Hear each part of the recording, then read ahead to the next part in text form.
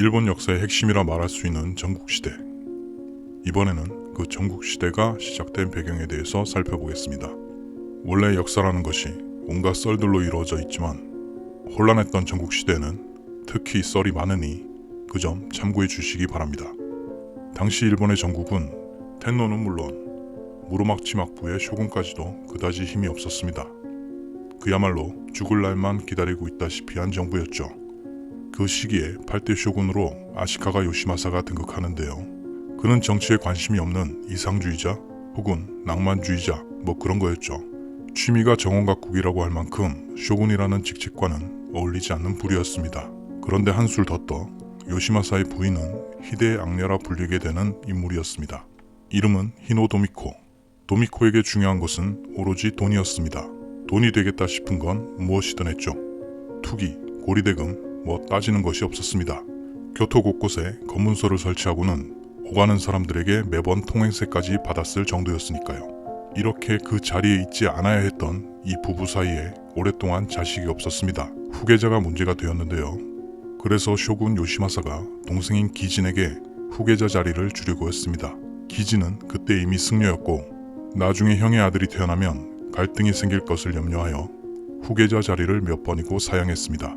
하지만 요시마사는 자신의 아들이 태어나더라도 쇼군직을 절대 뺏지 않을 것이라며 동생을 계속 설득했습니다. 그렇게 설득당한 기진은 결국 환속해서 요시미라는 이름으로 개명하고는 형 요시마사의 양자가 됩니다. 그리고 호소카와 가스모토라는 다이묘가 요시미의 후견인이 되어줍니다. 그런데 다음 해인 1465년 쇼군 요시마사와 도미코 사이에서 아들이 덜컥 태어납니다.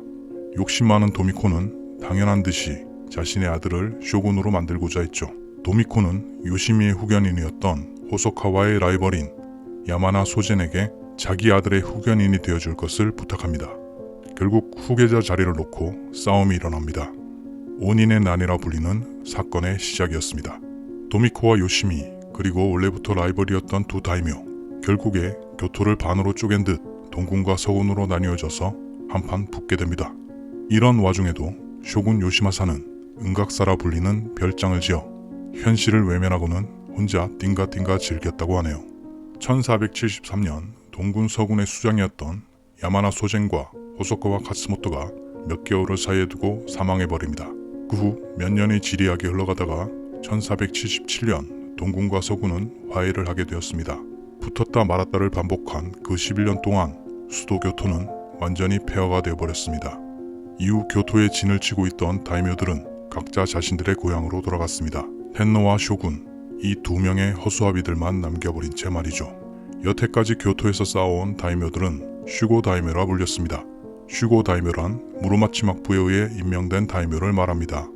그들은 자신들의 고향으로 돌아갔으나 몇몇 지역에서는 이미 다른 이들이 권력을 틀어쥐고 있었죠. 그들이 바로 생고쿠 다이묘라 불리는 새로운 세력들이었습니다. 8대 쇼군 요시마사의 뒤를 이은 이는 결국 그의 친아들인 요시히사였습니다. 악녀라 불리는 도미코가 정말 대단하긴 했나 봅니다. 요시마사가 죽기 전에 물려줘 버렸습니다. 텐노도 도미코의 성화를 이기지 못하고 승낙해버렸죠. 그러나 9대 쇼군 요시히사는 스트레스 때문이었는지 일찍 죽어버렸습니다. 후계자를 남기지 못한 채 말이죠. 그의 뒤를 이은 이는 11년간이나 싸웠던 그의 삼촌 요시미의 아들 요시키였습니다. 그가 무로마치 막부 10대 쇼군 아시카가 요시타네입니다.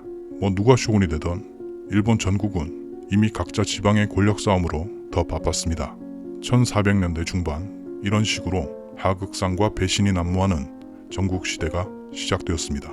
조선은 수양대군으로 유명한 세조와 예종, 성종 등의 임금들이 다스리던 시기였습니다. 그리고 우리가 익히 알고 있는 오다 노부나가, 도요토미 히데요시, 도쿠가와 이에야스는 아직 이 시기로부터 몇십 년 후에나 태어납니다.